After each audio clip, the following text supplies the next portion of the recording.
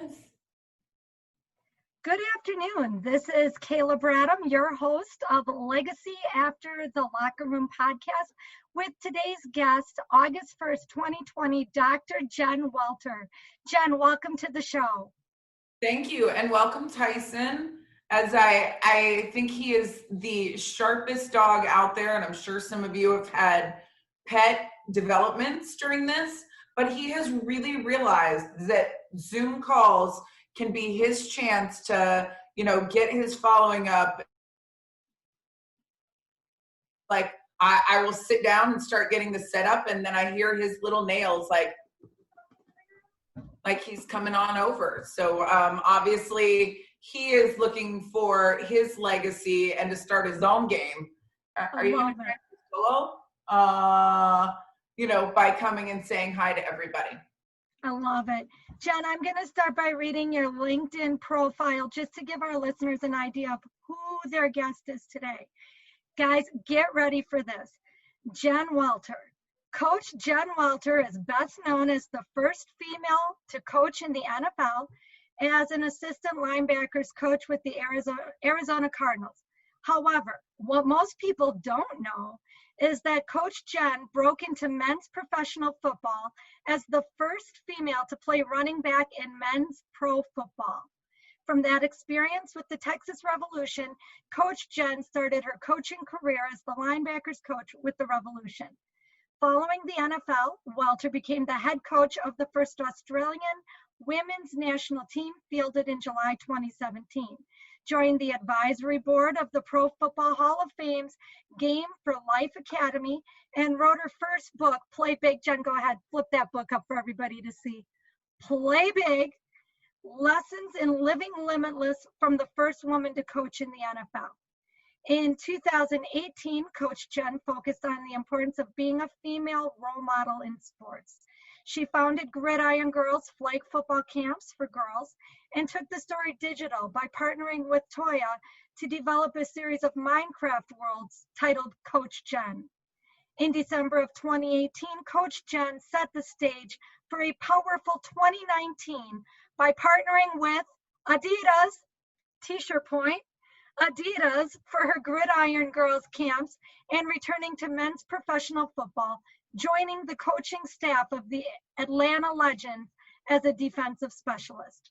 Prior to joining the men's game, Coach Jen had an amazing career in women's football, which included 2 gold medals with Team USA, 4 world championships, and 8 all-star selections. While playing football, Dr. Jen obtained her PhD in psychology and a master's in sports psychology. Dr. Jen also has a BS in business from Boston College. Coach Jen's message has been widely acclaimed and well received on worldwide platforms that speak to audiences from global enterprising companies, top performing schools, brand nonprofits, professional sports teams, and the Legacy After the Locker Room podcast. Right. All right, Jen, thank you so much for being today's guest. I want to just start with Jen Welter, the little girl. Jen Welter, who watched her first football game and thought that was really cool. Jen, tell us about your experience as a child and how you grew to love football. Yeah, but anybody who knows me knows that I still am. I still am 5'2", so I'm still a little girl, but also I think it's my childlike enthusiasm about things that is definitely one of my secrets to success, and kind of looking at things and saying, okay, well, what do we need to do, right? And that's something I would tell everybody is, we're in such a tough place where things are different and the world is shifting, and what you thought the game was, realize that those who innovate right now are the ones who are going to be successful, and be like I am, and kind of like the same little kid who used to be on the math team because I love to compete and use equations to like figure stuff out, is the same thing that I do now. And I say that I like human puzzles, right? So little me was just this curious little self-directed kid who, when I saw football, I looked out on the field and thought that they were real life superheroes in the big pads and helmet, and I wanted to be one. And it was interesting to me because it was kind of the first place in the world that somebody told me what girls could do and boys could do was different. And that was a game that only boys played. And it didn't make sense to me because, you know, I had an Army dad who had 2 daughters, and he didn't ever say, well, you can't do that because you're a girl. Like, he only had girls. So if he wanted to do something, the girls were going to do it. So if we went fishing, it wasn't like, oh, you know, you need the small fish rod because you can't handle that. It was like, listen, fish doesn't care if you're a girl or a boy. You either catch it or you don't, right? So you wanted the rod that had the biggest fish come up, right? Like, we were competing for that. We weren't like, oh, well, that's a big fish, so that should be a boy fish. Like, no. Mm-mm. So to think that there was a sport that was a boy sport, not a girl sport, didn't really make sense to me. But it, you know, it was one of those things. I had a lot of things that I did do. You know, I went on to play multiple. One, I was ranked all around Florida for a really long time, and ended up finding my real place in team sports, because, you know, you can be different and special in a team. It wasn't just you by yourself, which, you know, was kind of hard at that time. I wasn't even yet to my top height of 5'2". So doing all of the things by yourself might be a little bit more challenging than being really good within a good group of people. And so I, you know, ended up being a captain of my soccer team at my high school 2 years in a row, like, you know, a really good athlete, but from a small town and in the first graduating class of my high school. So we didn't have a lot of guidance. And I think that if I had been in a place like that, I would have known a lot more.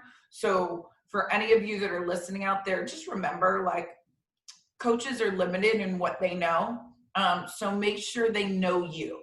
I didn't know that. And I'm sure I could have, actually, I know I could have played collegiate tennis, which is interesting, because I gave it up when I was 14.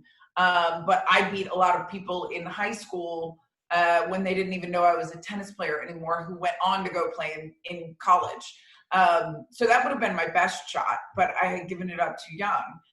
Soccer, I know I could have played collegiately. I kind of had the opportunity to play D3, but Boston College was so good academically that I decided to go there and not play. But that served me well because I found rugby in college. So once I found rugby, that was it. It was like soccer meets football, and they don't even need pads, but they still get to tackle. And I was all in. Played all 4 years at Boston College, got recruited for the under 23 national team, at which time they realized how small I really was. And I didn't make the national team. So again, for all of you who think that great athletes are always the greatest on every field that they step on, and that they never have moments of doubt or, you know, that they make every team, it's not the case. It certainly wasn't for me. When I didn't make the U.S. national team, I was crushed. I had always thought that I would have this, you know, amazing sports story, right? That I was meant to play sports on the highest level. And all of a sudden it was like, that was gone and college was over and you're done. And so that's the time when I thought I was going to have to, like, grow up and get a real job. And thankfully I had first gotten certified to teach aerobics when I was 18 years old. So I was still doing that. That was always my part-time job through college and everything else. If you're an athlete, especially one who needs a part-time job, it's a great way to do it, because they're paying you to work out, right? Like, I thought I was cheating the system. Like, I really did. I was like, okay, you guys are making minimum wage and I'm making like $30, $35 an hour in college. Like, I was balling what I was making versus everybody else. And I was working like 10 hours and they were all trying to work like 40 or so, you know, and I was making the same or more money than they were, plus getting paid to work out, right? So it's a great hustle. I advise any of you who know that you're going to need to work in order to go to school, that's a really good way to do it. Personal training, same thing.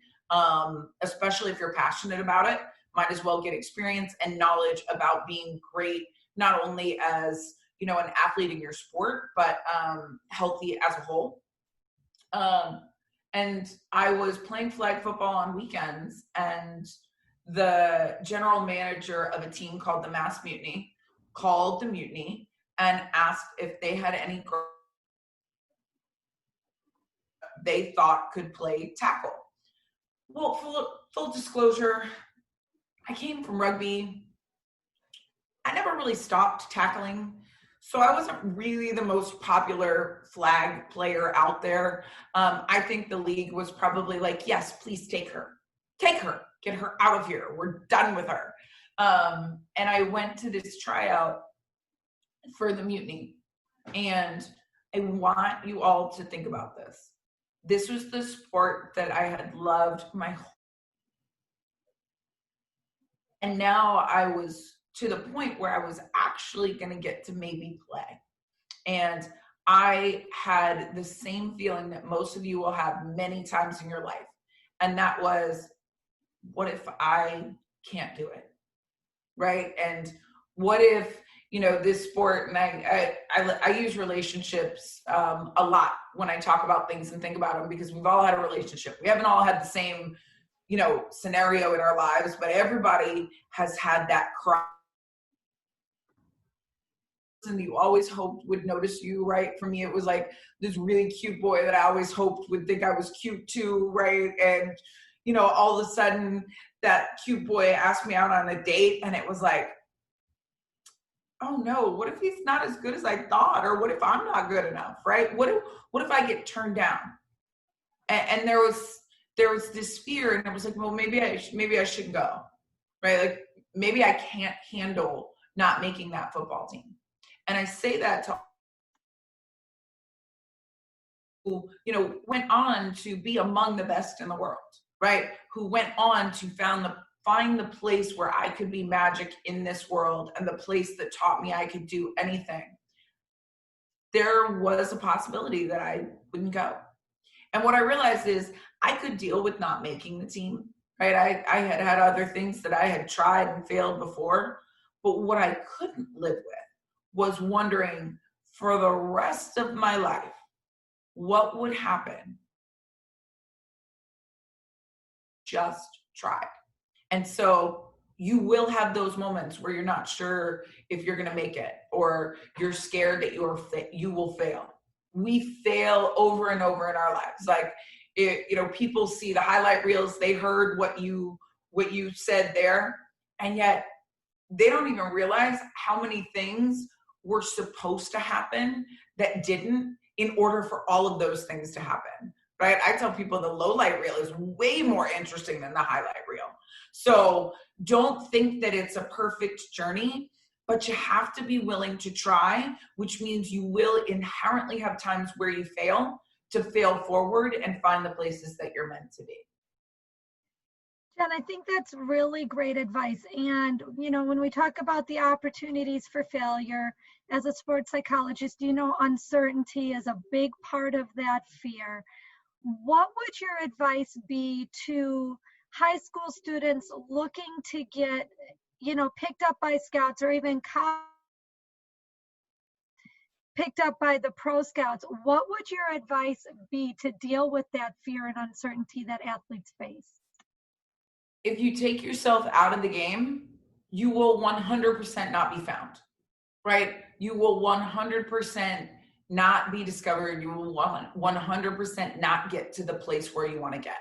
A lot of the lessons that we have come through, you know, things that maybe we didn't do right and we got better, right? Coaches don't expect you to be perfect, but they do expect you to be coachable, and they do expect you to progress, right?